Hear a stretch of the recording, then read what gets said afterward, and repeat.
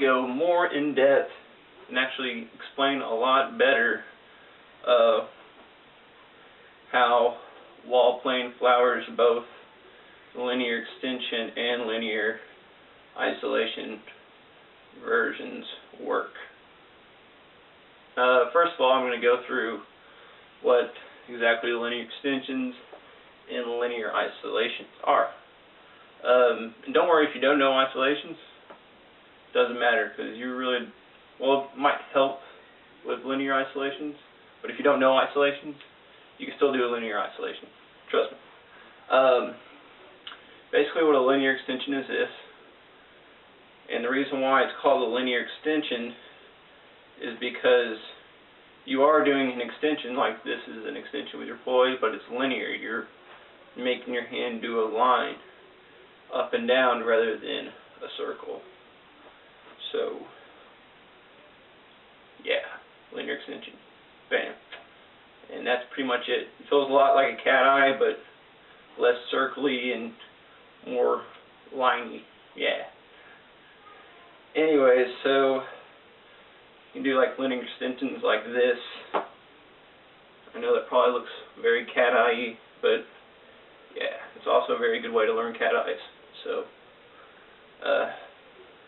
now I tried to explain linear isolations before, and it was like way off. I really didn't know what I was talking about then, but I understand it a lot more now. So, basically what a linear isolation is, it's the same thing as a linear extension, but you wait a half beat late before you move your arm. So basically what's going to end up happening is, say I'm going to move my hand from here to here. Well, I'm going to wait that half beat, so instead of doing an extension, it's going to come up, point out right there, then come back, spin once, move down, point there, and so forth. So it ends up looking like that.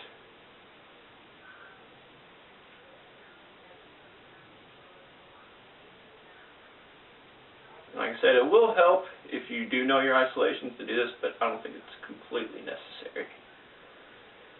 So, there's your linear extensions and linear isolations, and this is a linear isolation with both hands. Okay, so now you know that. Now for the anti-spin part. Basically, all anti-spin is you moving your arm in a circle the opposite direction your poi is moving in a circle. So my poi is moving to my left.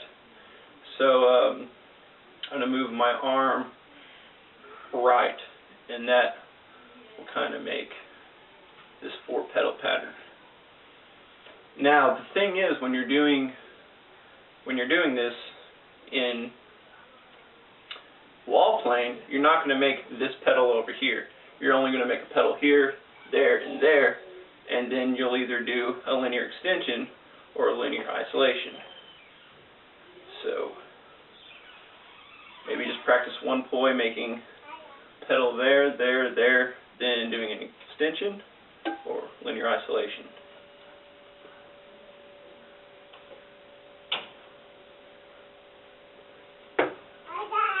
Okay, my baby's outside my door. And then do the same thing with your other hand. So this time, instead of doing your linear extension from the 6 o'clock position, you're going to do it from the 12 o'clock position. Linear extension or linear isolation, so it's going to be like that. And it's almost like a floater if you do the linear extension, and there's an isolation. So get used to playing around with both those, and then you should be able to, whoops, hit my laptop. You should be able to do them both. Now, if you spin the same direction I do, when your right poi comes to the 6 o'clock position and your left poise at the 12, you're basically just going to make a straight line with your poi. And if you do that in linear extension, they'll just pass on the outside of each other. Now, linear isolation becomes a little more tricky because you have to lock out your right or left poi. So, the linear extension version is a little bit easier because the poi heads just pass on the outside.